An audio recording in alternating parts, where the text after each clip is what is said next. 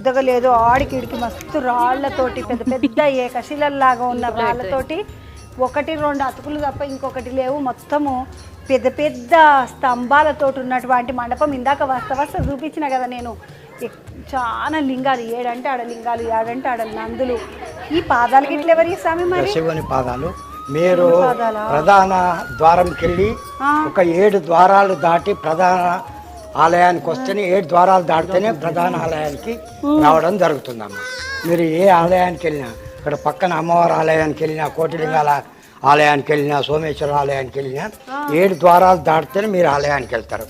ముందు అక్కడ ఉన్నటువంటి పెద్ద ద్వారం ఉంది, ప్రధాన ద్వారం అది. ఆ తర్వాత 1, 2, 3, 4, 5, 6 ద్వారాలు దాటితేనే మీరు ప్రధాన ఆలయంలోనికి ప్రవేశించడం జరుగుతుంది. 7 ఆలయాలు, 7 ఆలయం ద్వారాలు, 7 ద్వారాలు దాటి స్వామి గురించి. ఇది శనిగల బసవన్న అని ఇక్కడ అంటారు అనమాట. స్వామి శనగల బసవన్న ముచ్చట ఏదో శనిగల బసవన్న, ఈ శనగల బసవన్న అంటే ఓ అంటుండేనంట. శనిగల బసవన్న అంటూ ఇక్కడ ఈ 2 జత ఉండేదన్నమాట. ఈ శనిగల బసవన్నలు అని 2 ఉంటాయి అన్నమాట. అయితే ఒకటి ఇక్కడ ఉంది, ఒకటి ఇక్కడ పక్కన కుర్రారం అని ఉంటుంది ఒకటి. అక్కడ ఆ కుర్రారంలో ఒక నంది ఉంటుంది, ఇక్కడ ఒక నంది ఉంటుంది. అయితే ఇవన్నీ ఒక పక్కన ఉన్నటువంటి శనిగశనిలో మేయటానికి వెళ్తాయి అన్నమాట.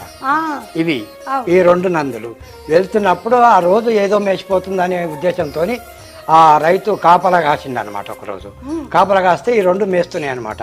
ఇక్కడిక్కడి వచ్చి మేస్తున్నాయి ఇవి అని చెప్పేసి అక్కడెక్కడ చూస్తే ఆయనకి ఏం దొరకలే.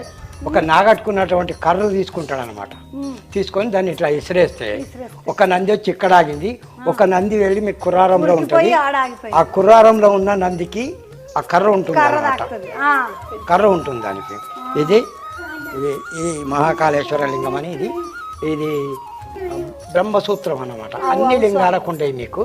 ఈ బ్రహ్మసూత్రం అనే లింగానికి ప్రధానమైనటువంటి ఈ లింగం అన్నమాట. బ్రహ్మసూత్రం అంటే ఎట్లా ఉంటుంది, లింగానికి ఇట్లా ఉంటుంది. ఇటు పక్కకు చిన్నగా ఆకారం ఉండి